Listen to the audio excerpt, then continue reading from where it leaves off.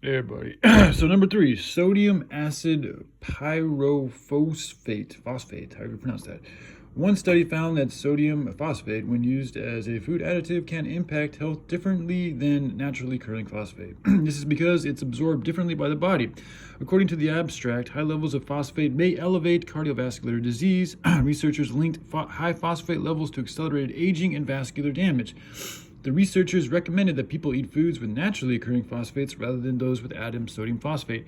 I haven't looked into it, but from what I've looked into these chemicals and ingredients and shit like this, like this particular website's being, I feel, rather benign on what's actually, what the damage is caused by these chemicals. Like, I think that there's a lot more that could be said about these chemicals, so I'm going to do even more research after I get done sharing you guys this information. So, all right.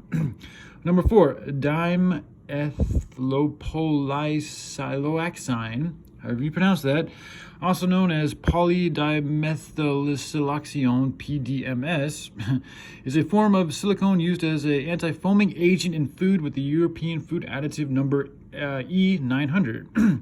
This ingredient is commonly used in frying oil due to its good deforming effectiveness at high temperatures.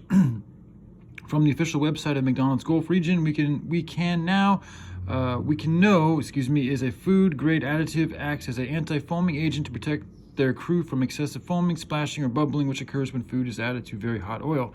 So again, like, they didn't say any of the negative consequences that come from this particular ingredient, so I'm gonna have to look into that. All right, number 5, THBQ. THBQ, like many food additives, is used to extend shelf life and prevent rancidity. It's a light-colored crystalline product with a slight odor because it's an antioxidant. TBHQ protects foods with iron from discoloration, which food manufacturers find beneficial. It's often used with other additives like propylglycate, butylated hydroxyethanol, BHA, however you pronounce that shit.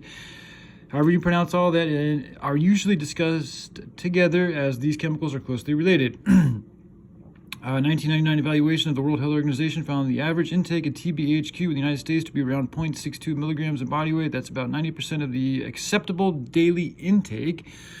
Consumption of TBHQ was at 1.2 of the body weight in those who eat high-fat diets. That results in 180% of the acceptable daily intake. All right, 6, sodium aluminum phosphate. Some of you all probably heard about this one. The United States Food and Drug Administration, FDA, recognizes sodium aluminum phosphate as a GRAS ingredient that does not pose health risks unless consumed in significant quantities. It would be unlikely for someone to consume sodium aluminum phosphate in the amounts needed to cause harm. Well, that's immediate harm, but when you do this shit every single day, after day, after day, after day, it builds up.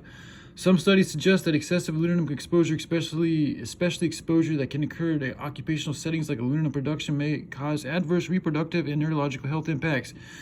As we know, hazard does not equal risk, and it's unlikely we'd be exposed to harmful levels of aluminum in the ingredients we use in our everyday life. In short consumption of these toxic ingredients, I mean, they're toxic ingredients. They're telling you right now, these are toxic ingredients. In short consumption of these toxic ingredients can lead to an increased risk of obesity and chronic diseases like cardiovascular disease, type 2 diabetes, non-alcoholic fatty liver disease, and some cancers. So right there. All right, anyways, I'm going to go give you guys more of a breakdown of all the intricacies and specifics that comes from consuming these ingredients. So, all right, love you all. Take care. Bye.